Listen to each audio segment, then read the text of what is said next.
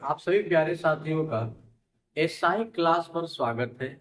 इसके पहले number system में भाज्य संख्या, अभाज्य संख्या, सम संख्या, विषम संख्या, रूट संख्या, परिमेय संख्या और अपरिमेय संख्या के बारे में बता चुके थे।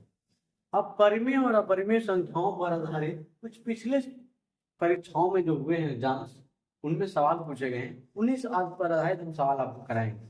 जैसे यूपी पीसीएस 2013 में पूछा गया सवाल है, निम्नलिखित में से परिमेय संख्या है। अब हमें परिमेय संख्या बताना है और हम बताए थे कि परिमेय संख्या वे संख्याएं होती हैं जिन्हें हम पी बाई क्यू के रूप में लिख सकते हैं। अगर पी बाई क्यू के रूप में लिख देंगे तो परिमेय संख्या हो जाएगी। और हम बताए थे कि पाई का मान 22/7 होता नहीं है, लगभग 22/7 होता है। और पाई एक अपरिमेय संख्या हो सकती होती है, इसे तो हो नहीं सकता। ये रूट दे दिया है, रूट टू का मान बताया था कि रूट 3 जो करड़ी में लिखी गई संख्या है जिनका वर्गमूल नहीं निकल सकता, पूर्ण वर्ग नहीं है, वो परिमेय संख्या है। अगर रूट टू अपरिमेय संख्या है तो वन जोड़ा ही नहीं जा सकता, इसलिए अपरिमेय संख्या है। तो ये क्या है, पूरी की पूरी अपरिमेय संख्या हो जाएगी, इसलिए बन नहीं सकता। और ये 1.01000001 इस प्रकार के फॉर्म में लिखी गई संख्याएं अपरिमेय संख्याएं को प्रदर्शित करती है। जैसे 0100010001, फिर 401 आएगा। ये अपरिमेय संख्या लिखने के तरीके होते हैं। ये तो परिमेय संख्या है। ये क्या है, इसमें यही परिमेय संख्या होगी। जैसे ये लिखा है ना 2.371371 बार बार रिपीट हो रहा है, लिखेंगे 2.371 पर बार। और इसको लिखेंगे 2 + 3.371 पर बार। और 2 पॉइंट बार हटाने के लिए 371 अपान 3 अंक पर बार है तो 3 9 लिख देंगे। तो देखिए अब इनको गुणा करेंगे, ये भिन्न है और इसको पी बाई क्यू के रूप में लिखा जा सकता है कि नहीं। और इसको पी बाई क्यू के रूप में लिख दिए तो यही क्या हो जाएगी, एक परिमेय संख्या हो जाएगी। अगला आया यूपीएसआई 2017 में पूछा गया सवाल है कि निम्नलिखित में से अपरिमेय संख्या को पहचानें, यानी आपको बताना है कि अपरिमेय संख्या कौन सी है। तो रूट 8100 का मतलब 90 हो जाएगा, वर्गमूल निकालेंगे और 90/1 यानी पी बाई क्यू के रूप में लिख दिया। ये तो परिमेय संख्या हो गई, तो हो ही नहीं सकती, इससे अपरिमेय पूछा है, इरेशनल नंबर। 5/7 में पी बाई क्यू के रूप में है, इसलिए एक परिमेय संख्या है, तो हो ही नहीं सकता, तो परिमेय पूछा। ये लिखा है 8100, 91 हो जाएगा, पापा 90 हो जाएगा, इसका भी वर्गमूल 90 8100 में जोड़ देंगे तो 8100 हो जाएगा, पापा 90। ये भी एक परिमेय संख्या यानी पी बाई क्यू के रूप में होगा, ये भी क्या होगा, एक परिमेय संख्या होगा।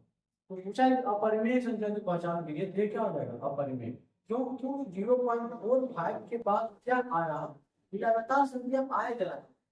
अगर ऐसे 1 2 3 3 डॉट बना देता है तो इसके मतलब है कि इस संख्या इनफाइनाइट है, इसके बाद नंबर आता ही रहेगा, आता ही रहेगा, इसका अंत नहीं है। अगर अंत नहीं है तो हम पी बाई क्यू के रूप में तो लिख ही नहीं सकते ना, अंत होता तो लिखते, और पी बाई क्यू के रूप में लिख नहीं सकते, तो क्या हो जाएगी, एक अपरिमेय संख्या हो जाएगी। आगे सवाल बताते हैं। आगे दिया है UP UDA, UP UDA LDA, lower division clerk, upper division clerk. Uttar Pradesh का एग्जाम होता है, अपर डिवीजन कलर और लोअर डिवीजन कलर। 2010 में पूछा गया सवाल है, अपरिमेय संख्या क्या है। अब 4 सौ ऑप्शन दिया जाए, अपरिमेय संख्या पूछा। अपरिमेय का मतलब इसे पी बाई क्यू के रूप में नहीं लिखा जा सकता, यानी उसको भिन्न के रूप में हम नहीं लिख पाएंगे, तो अपरिमेय संख्या होगी। तो बताइए 9 लिखा है तो 9 को 9 पी बाई क्यू के रूप में लिख दिया गया, ये तो परिमेय संख्या होगी, इसलिए हो नहीं सकती। 1/9 पहले से ही पी बाई क्यू के रूप में लिखा गया है, एक परिमेय संख्या, इसलिए अपरिमेय हो ही नहीं सकती। ये दिया 0.09, अगर ये 0.09 लिखा है तो इसको 9/100 लिख देंगे, यानी 3 × 3 और 10 × 10, ये इसका वर्गमूल निकल जाएगा, यानी 3/10 इसको लिख देंगे। इसको भी पी बाई के रूप में लिख दिया, ये तो परिमेय संख्या हो गई। अपरिमेय कौन सा होगा, ये 0.9, क्योंकि इसको 9/10 के रूप में हम लिखेंगे, और 9/10 जैसे ही लिखेंगे ऊपर का वर्गमूल 3 तो निकल जाएगा, बट ये नीचे 10 का निकल नहीं पाएगा, इसलिए इसे पी बाई क्यू के रूप में कभी लिख नहीं पाएंगे, और ये क्या हो जाएगी, एक अपरिमेय संख्या हो जाएगी। अगला दिया है एक परिमेय संख्या और एक परिमेय संख्या और एक अपरिमेय संख्या का गुणनफल क्या होता है।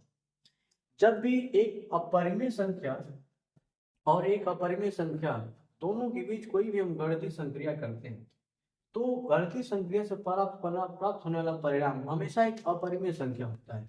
जैसे 2 एक परिमेय संख्या है और √3 एक अपरिमेय संख्या है, और दोनों के बीच गणितीय संक्रिया हमने जोड़ कर किया तो प्राप्त होने वाला ये जो मान है एक अपरिमेय संख्या होगी। जैसे 2 - √3 लिखा, तो परिमेय और अपरिमेय के बीच होने वाले सभी गणितीय संक्रिया प्लस माइनस इन गुणा इन भाग जो भी हो, बट एक परिमेय और अपरिमेय के बीच होने वाले जितने भी गणितीय संक्रियाएं होती है, जोड़ घटाना गुणा भाग, उससे प्राप्त होने वाले जितने भी मान होते हैं सभी के सभी अपरिमेय संख्या होते हैं, क्योंकि उन्हें पी बाई क्यू के रूप में नहीं लिखा जा सकता। तो एक परिमेय संख्या और एक अपरिमेय संख्या का गुणनफल सदैव क्या होगा? तो एक अपरिमेय संख्या होगा। जैसे मान के चलिए परिमेय संख्या है 4 और अपरिमेय संख्या है √3, देखो गुणा करने पर मान √3 आएगा, एक अपरिमेय संख्या।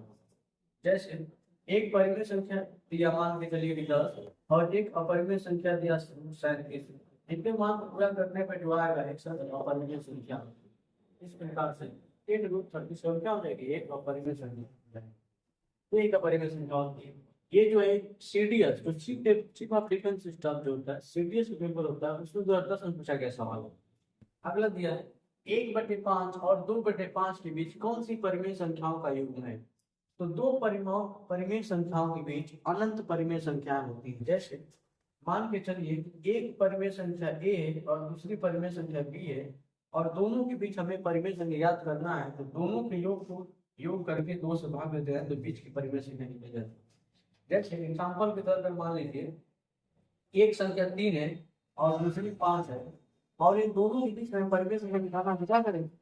3 और 5 को जोड़ देंगे, 3 और 5 का योग करेंगे, आप 2 से भाग कर देंगे। देखिए 5 3 8 2 से भाग करेंगे तो मान कितना आएगा? 4 आएगा। नहीं, लेकिन 3 और 5 के बीच परिमेय संख्या क्या है? 4 आएगा। दोनों को जोड़ के आधा करते हैं तो बीच की परिमेय संख्या क्या होती है? निकल जाती है। तो यही पूछा है 1/5 और 2/5 के बीच कौन सी परिमेय संख्या होगी। तो ये आरआरबी रेलवे रिक्रूटमेंट बोर्ड 2006 में पूछा गया सवाल होगा। 1/5 का मतलब होता है 0.2 और 2/5 का मतलब होता है क्योंकि दुगना ही है 0.4, तो 0.2 यानी 0. इसको लगा सकते हैं और 0.4 यानी 0.4 डबल जीरो यहाँ लगा सकते हैं। दोनों के बीच में परिमेय संख्या निकालें तो दोनों को जोड़ देंगे, 0.2 जीरो कर देंगे, 0.4 जीरो कर देंगे और 2 से क्या कर देंगे भाग, 0.6 आएगा कि नहीं? अब 2 से भाग करेंगे तो 0. कितना आएगा? 30, यानी संख्या जो बीच की संख्या होगी 0.300 होगी। यानी देखिए ये जो संख्या है ये 3 से बड़ी होगी तो हो ही नहीं सकता, ये भी 3 से बड़ा है तो हो ही नहीं सकता, ये भी 3 से बड़ा तो हो ही नहीं सकता, ये दोनों संख्या छोटी हैं। और देखिए 3 ये जो भाग करेंगे ये आ रहा है 0.262 और ये आ रहा है 0.275, यानी ये वाला अंक हो सकता है क्योंकि ये तो नहीं हो सकता है, ज्यादा छोटा हो गया 0.1 हो गया, और एक 0.2 और 4 के बीच पूछा है, यानी संख्या 0.2 और 4 के बीच पूछा है कि नहीं? अगर 0.2 और 0.4 के बीच पूछा है तो संख्या 0.2 से छोटी नहीं हो सकती और 0.4 से बड़ी नहीं हो सकती। ये वाली जो संख्या है 0.2 से बड़ी है, 0.4 से बड़ी है, इसलिए वो नहीं हो सकता। ये भी 0.2 0.4 से बड़ा इसलिए नहीं हो सकता क्योंकि बीच का है तो 0.30 के आसपास ही होना चाहिए, इससे छोटा नहीं हो सकता, इससे बड़ा नहीं हो सकता। ये जो संख्या है 1. इसको लिखेंगे 0.121 एंड 0.131, ये जो है 2 से भी छोटा हो गया, 0.2 से छोटा हो गया, इसलिए नहीं हो सकता। तो 0.2 से बड़ा 0.2 से बड़ा है कि नहीं? 0.4 से छोटा 0.4 से छोटा है कि नहीं? इसलिए ये जो है ये वाला ऑप्शन करेक्ट हो जाएगा। यार आगे 2006 में पूछा गया सवाल, सीडीएस 2013 में पूछा गया सवाल है 1/4 और 3/4 के बीच पढ़ने वाली संख्याओं का योग कौन सा? 1/4 और 3/4, 1/4 का मतलब कितना? 0.25 और 3/4 का मतलब कितना? और 3/4 का मतलब 0.75 है ना, इसी का 3 गुना है तो 25 0.25 पे 3 गुना करेंगे तो 0.75 हो जाएगा। तो ऐसी परिमेय संख्या बताना है जो 1/4 और 3/4 के बीच पड़े, यानी 0.25 और 0.75 के बीच है, यानी 0.25 से छोटा नहीं होना चाहिए और 0.75 से बड़ा नहीं होना चाहिए। अब देखते हैं ये जो संख्या है, ये जो संख्या है 0.25 से तो बड़ी है, बट यहाँ जो संख्या है ना 0.75 से 0.25 इससे तो बड़ी है, बढ़ती वाली संख्या इससे छोटी होनी चाहिए, 0.75 से छोटी नहीं, यानी 0.75 से छोटा होना चाहिए था। ये तो 5 से बड़ा हो गया, इसलिए नहीं हो सकता। ये जो दिया है ये 0.24, यानी ये 0.25 से भी छोटा हो गया, इसलिए भी नहीं हो सकता। और इसमें देखते हैं ये दिया है 0.252 और ये दिया है 0.748। देखिए ये जो है ये 0.25 से बड़ी है और ये 0.750 से क्या है, छोटी है ना, इसलिए दोनों के बीच में पड़ेगा। बाकी ये देखते हैं भाग करेंगे तो मैंने ये वाले सब ऑप्शन इसे इसको चेक करने की जरूरत ही नहीं है। तो 0.25 से बड़ा है, 0.25 से बड़ा है और 0.75 से छोटा है, इसलिए ये वाला ऑप्शन क्या हो जाएगा, सही हो जाएगा। इन दोनों के बीच यही परिमेय संख्या पड़ेगी। अगला यूपी टेट 2018 का सवाल है 3/5 और 4/5 के बीच न आने वाली परिमेय संख्या कौन है। तो 3/5 और 4/5 का मतलब क्या है, 3/5 का मतलब 0.6 और 4/5 का मतलब क्या है 0.8। ऐसी परिमेय संख्या बतानी है तो 0.6 से बड़ी, 0.6 से या तो छोटा हो और 0.8 से क्या हो या तो बड़ा हो, दोनों के बीच में नहीं होना चाहिए। 0.6 से बड़ा और 0.8 से छोटा नहीं होना चाहिए। ठीक है 0.70 है, यानी ये 0.6 से बड़ा है, 0.8 से छोटा है, इसलिए तो परिमेय इन दोनों के बीच हो गया। इसको करेंगे तो 0.3 से घटा 0.66 आएगा, 0.67 आएगा। ये भी एक तरह से 0.6 से बड़ा है और 0.8 से छोटा है, इसलिए भी इन दोनों के बीच हो गया। इसको भाग करके देखेंगे ये 1.6/3 हो जाएगा, 3 से भाग करके 0.3/15, 3 के 9, यानी ये वाली जो परिमेय संख्या है 0.6 से क्या हो गई, छोटी हो गई, इसलिए क्या हो जाएगी, ये दोनों के बीच उपस्थित नहीं होगी। तो इसको भाग कर लेते हैं तो 1.9/3 हो जाएगा, ये 0.6, 3 से 18, 3 के 9, यानी ये भी 0.6 से बड़ी होगी, ये भी इन दोनों के बीच स्थित है। एकमात्र परिमेय संख्या जो इन दोनों के बीच स्थित नहीं है 0.533 यानी 16/30 हो जाएगी, इसलिए ऑप्शन डी से हो जाएगा। इसी तरीके से यूपीपीसी 2005 में पूछा गया सवाल है दो विभिन्न परिमेय संख्याएं ए तथा बी के बीच की परिमेय संख्या क्या होती है। तो हम बताए थे कि दो भिन्न परिमेय संख्या ए तथा बी हो तो दोनों परिमेय संख्या के बीच परिमेय संख्या तो क्या होता है कि दोनों को जोड़ के और क्या कर देंगे, आधा कर देंगे, यानी a+b/2 कर देंगे तो दो परिमेय संख्याओं के बीच परिमेय संख्या क्या करेंगे पता चल जाएगा, यानी a+b/ क्या हो जाएगा 2 हो जाएगा। अगला दिया है 1/4 और 1/3 के मध्य स्थित परिमेय संख्या है। दो परिमेय संख्याओं के बीच की परिमेय संख्या ज्ञात करने का सूत्र क्या है, दोनों को जोड़ के आधा कर दीजिए।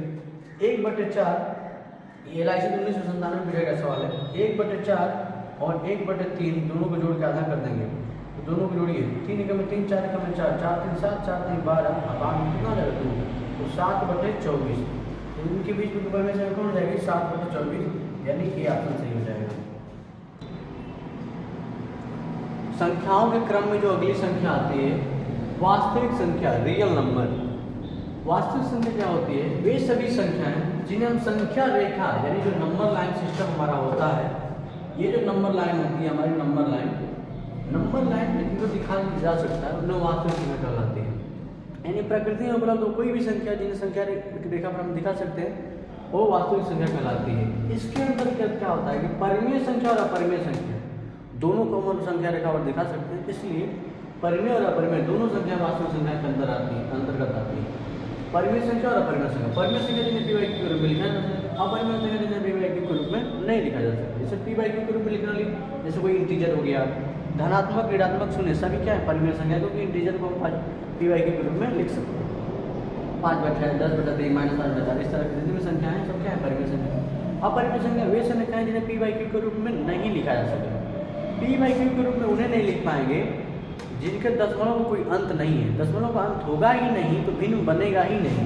जैसे √2 है, √2 का जब मान निकालते जाएंगे 2.14 आता ही जाएगा अंत में, उसमें अंत नहीं है। √2, √3, पाई, 0.01, ये रूट में 37, ये √2, √3 प्लस माइनस में रूट में 2 भी है भाग में, ये भी सभी क्या है अपरिमेय संख्या। परिमेय संख्या और अपरिमेय संख्या दोनों वास्तविक संख्या के अंतर्गत आता है। एक होती है काल्पनिक संख्या। संख्याओं के अगले क्रम में जो है काल्पनिक संख्या आती है, इमेजिनरी नंबर। तो काल्पनिक संख्या होती है वे संख्या जिन्हें संख्या रेखा पर आप प्रदर्शित नहीं कर पाएंगे उन्हें वह काल्पनिक संख्या कहते हैं। और काल्पनिक संख्याओं में करनी के अंदर अगर कोई माइनस में संख्या लिखी है तो वो संख्या काल्पनिक नंबर के अंतर्गत आती है। जैसे करड़े में लिखा -2, करड़े में लिखा -3, करड़े में कोई संख्या लिखी जैसे -5, ये सभी क्या है? ये सभी काल्पनिक संख्या हैं। और काल्पनिक संख्या का जो फॉर्मेट होता है a + ib के रूप में होता है, जहाँ i का मान जो होता है रूट में -1 होता है, यहाँ i का स्क्वायर कर देता है तो इधर -1 हो जाता है। और इसमें जहाँ i को आयोटा भी करते हैं, लैटिन नाम है। इस प्रकार से इन संख्याओं को हम वास्तविक रेखा संख्या रेखा पर प्रदर्शित नहीं कर पाएंगे, तो काल्पनिक नंबर है। रूट के अंदर कोई भी अगर माइनस में संख्या लिखी गई तो काल्पनिक नंबर के अंतर्गत आएगी। तो इसको इस तरह से याद रखेंगे। और जब परीक्षाओं में सवाल आता है उसको भी करके दिखाते हैं कैसे कैसे सवाल आए हैं, कैसे कैसे होगा।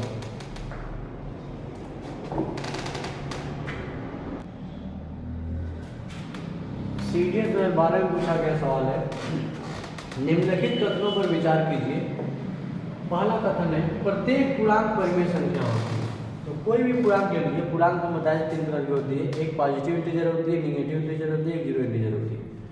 तो आप कोई भी इंटीजर ले लीजिए, जैसे पॉजिटिव इंटीजर लिखते हैं +3, तो +3/1 लिख दिया कि नहीं, यानी p/q के रूप में लिख दिया। अगर p/q के रूप में लिख दिया तो +3 भी एक पूर्णांक हो गया। तो पूर्णांक ए परिमेय संख्या हो गया। जैसे लिखा -3, तो चूंकि नेगेटिव में फिर भी -3/1 लिख सकते हैं, फिर भी p/q के रूप में लिख दिया कि नहीं, अभी एक परिमेय संख्या है। 0 लिख दिया, 0/1 लिख दिया, तो ये भी p/q के रूप में लिख दिया, तो ये भी क्या हो गया? परिमेय संख्या हो गया। इसलिए प्रत्येक पूर्णांक एक परिमेय संख्या होती है, ये बात बिल्कुल सच है, इसमें कोई बात नहीं है, ये ऑप्शन सही है। अगला दिया है प्रत्येक परिमेय संख्या एक वास्तविक संख्या होती है। तो हम बताए थे वास्तविक संख्या में परिमेय और अपरिमेय दोनों संख्या आती है, यानी प्रत्येक परिमेय संख्या एक वास्तविक संख्या होती है, ये बात क्या है? यानी इस प्रकार से दोनों कथन, तो कथन 1 और कथन 2 दोनों क्या है? सही है। तो सीधे 2012 में पूछा गया सवाल है। अगला दिया है निम्नलिखित कथन में से कौन सा कथन सही नहीं है? हमें नहीं बताना है कि सही नहीं होना चाहिए, हमें नॉट। अगर सही नहीं है, SSC 2015 में पूछा गया सवाल है, कौन सा कथन सही नहीं है, तो सही नहीं बताना, जो सही है उसको छोड़ देना। तो प्रत्येक प्राकृतिक संख्या एक वास्तविक संख्या होती है। तो कोई भी प्राकृतिक संख्या है, जैसे प्राकृतिक संख्या का मतलब होता है positive integer is called natural number.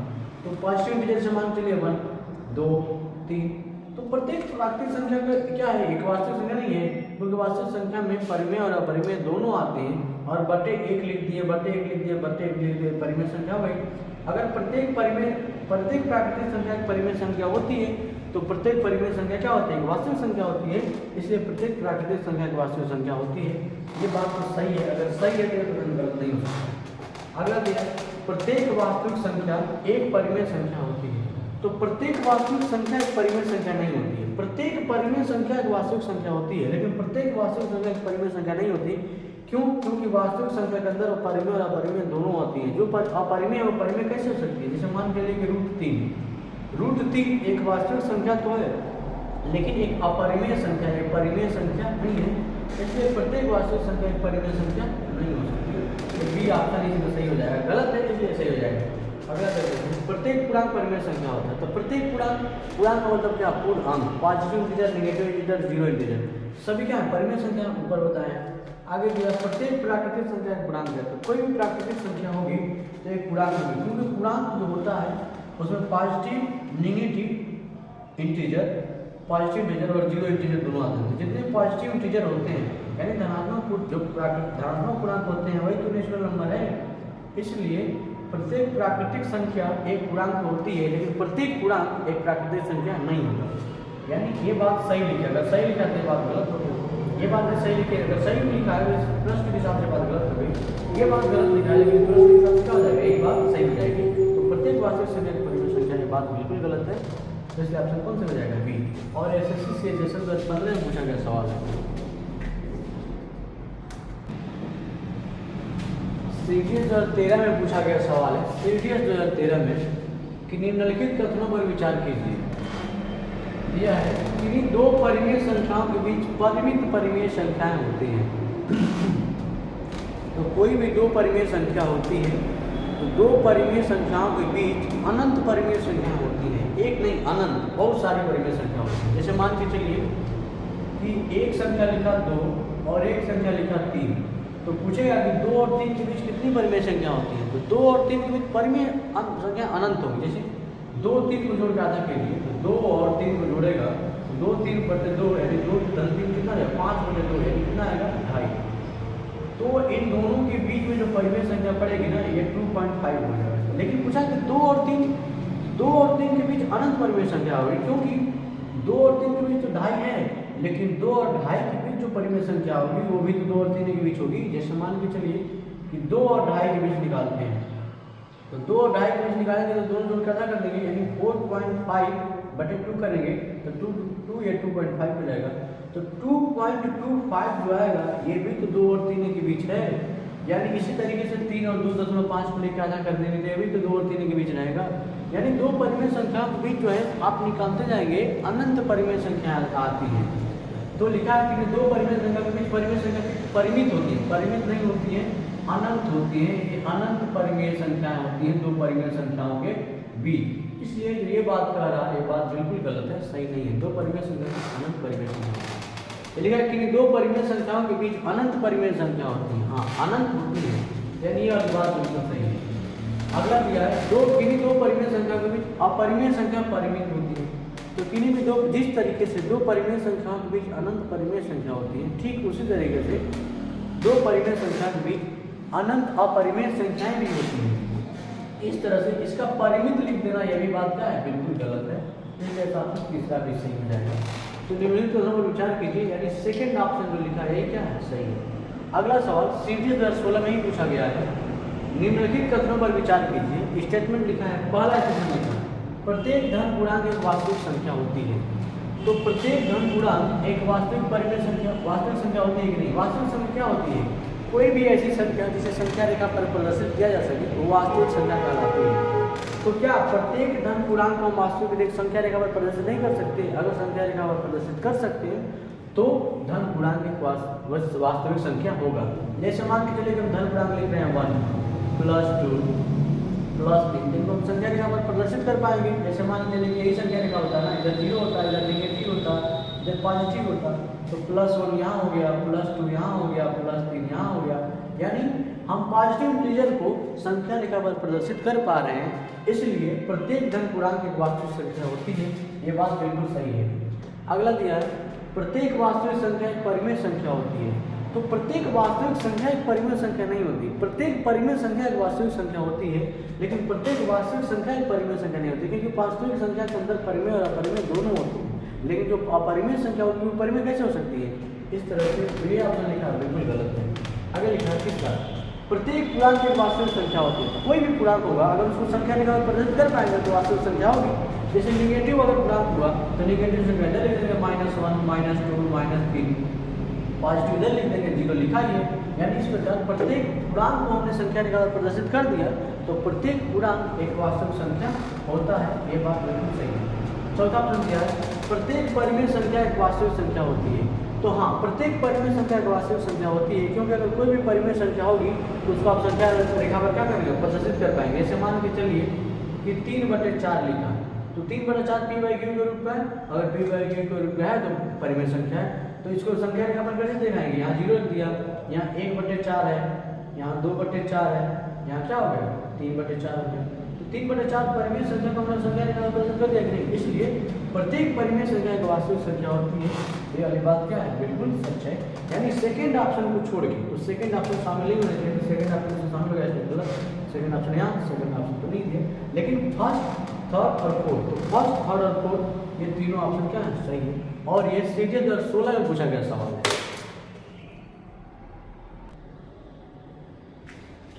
UP side 2017 में पूछा गया सवाल है। यूपी साइड 2017, मान लें कि P, Q और R विशिष्ट पूर्णांक यानी स्पेशल इंटीजर्स हैं और R धनात्मक सम पूर्णांक है, यानी R मतलब एक धनात्मक सम संख्या है। जैसे मान के चलिए कि 2 भी हो सकता है, 4 भी हो सकता है, 6 भी हो सकता है, इसी तरीके से कुछ भी हो सकता है, लेकिन सम संख्या धनात्मक है। P और Q धनात्मक विषम पूर्णांक है। P and Q both are positive odd numbers, यानी 1 हो सकते हैं, 3 हो सकता है, 5 हो सकता है, 7 हो सकता है, कुछ भी हो सकता है। इसमें ये कुछ नहीं बोला है कि कौन किससे बड़ा है छोटा है, इसमें ये सब बात नहीं है। बट इसमें बोला है कि P और Q विषम संख्या और R जो है सम संख्या धनात्मक होगी। तो पहला ऑप्शन दिया, ये बोल रहा है Q × P - R एक विषम संख्या है। Q में से P में से R को घटा दो और Q से गुणा करो तो एक विषम आएगा, A इस बोल रहा है।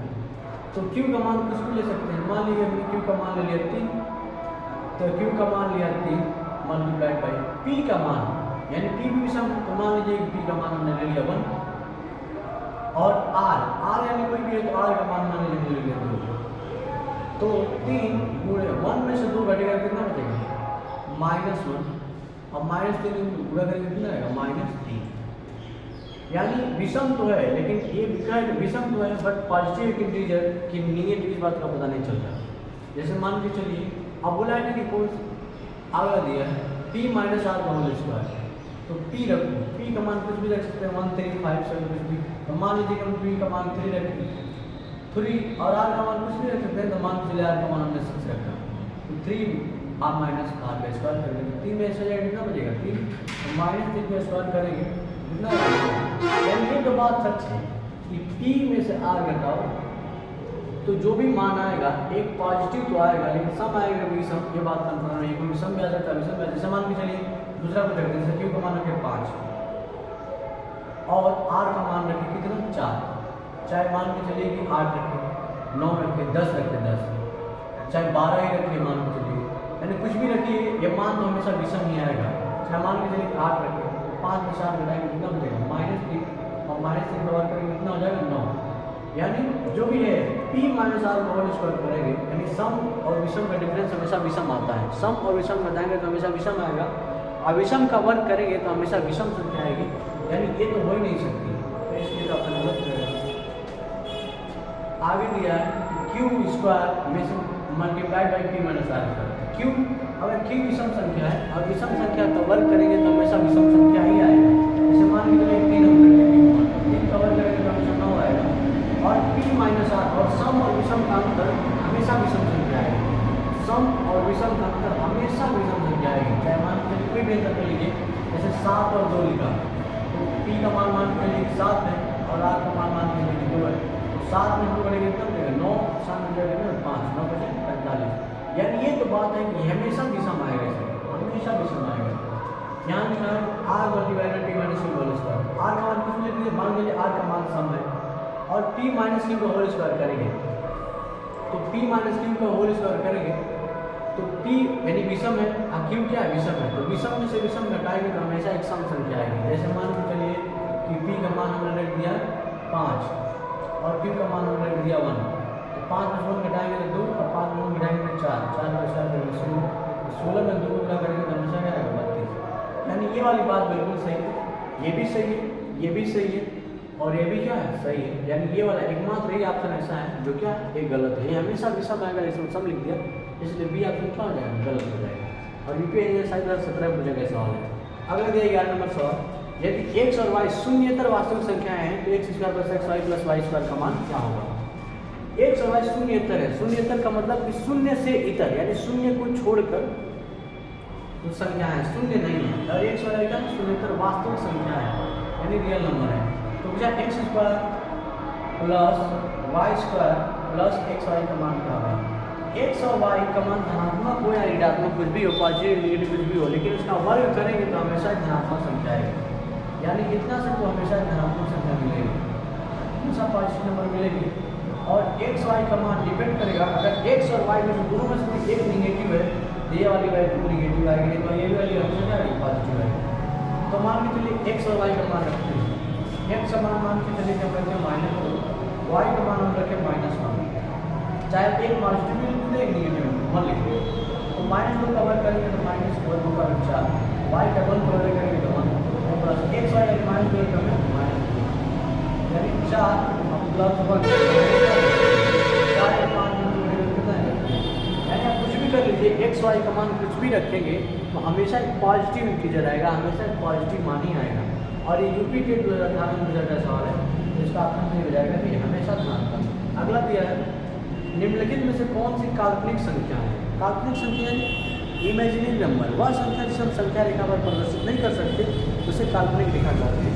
और ये रेलवे रिक्रूटमेंट बोर्ड जो होता है 13 का सवाल है, तो बताइए √2 इसको संख्या रेखा पर बिल्कुल प्रदर्शित कर सकते हैं और वास्तविक संख्या है, तो ये तो काल्पनिक हो नहीं सकता। ये पाई हम बताए थे, पाई एक अपरिमेय संख्या, अपरिमेय संख्या भी एक वास्तविक संख्या जीरो एकदम एक जीरो पूर्णांक ये भी परिमेय संख्या है यानी वास्तविक संख्या है। तो माना 15 से कर्णिक में अगर कोई नेगेटिव में संख्या लिखी है तो क्या होती है, एक काल्पनिक संख्या है, इसलिए रूट में -2 क्या काल्पनिक संख्या है। और यह राशि 13 में पूछा गया सवाल है। इस तरह से मैं आई होप कि मैंने जितना बताया आपको समझ में आया होगा। अगर वीडियो आपको अच्छी लग रही है, लेक्चर समझ में आ रहा है, तो हमारे चैनल को सब्सक्राइब करें, वीडियो को लाइक और शेयर ज़रूर करें और इसी तरह से हमसे जुड़े रहिए। एक दिन आपको सफलता ज़रूर मिलेगी।